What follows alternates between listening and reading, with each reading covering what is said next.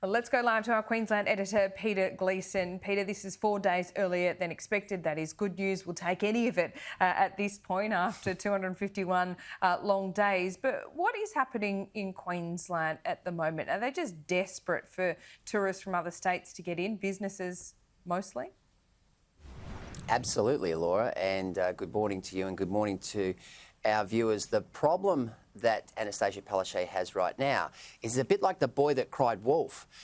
The reputational damage and loss of goodwill that's accumulated in Queensland from southern states is absolutely significant. And there are many people in this country who have decided to give Queensland a miss this summer because they don't trust what the Premier's up to. Now, I can guarantee you guys, the Premier's not going to introduce snap lockdown. She's not going to reintroduce border closures because she has come to the conclusion, after taking an enormous amount of polling and insight from the Queensland public, that Queenslanders have had enough. They want their liberty, they want their freedoms back, and they are embracing people coming in from other states. Now, there will be a spike, there's no doubt. In fact, What If is reporting 40% spike in surface paradise accommodation providers alone in the last 24 hours. So that's a significant sign. The aviation sector, 40% extra flights coming into Coolangatta in January, pre-COVID.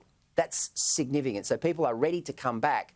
But as I said, the reputational damage has already been done, and there's a lot of people who are going to Fiji rather than going to Surfers Paradise this summer. Sure, but are Queenslanders prepared to live with COVID infections? It hasn't really on any kind of scale.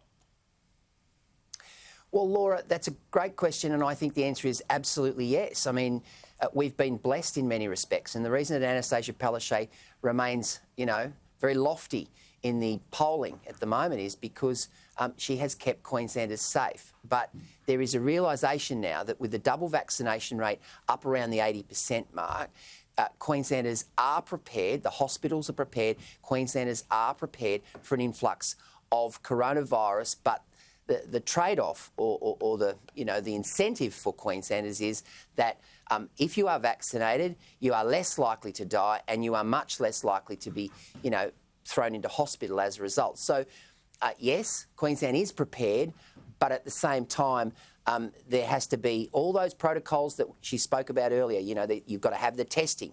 If you're coming from a hotspot, you have to be tested, not just before you get here, but 5 days after you get here.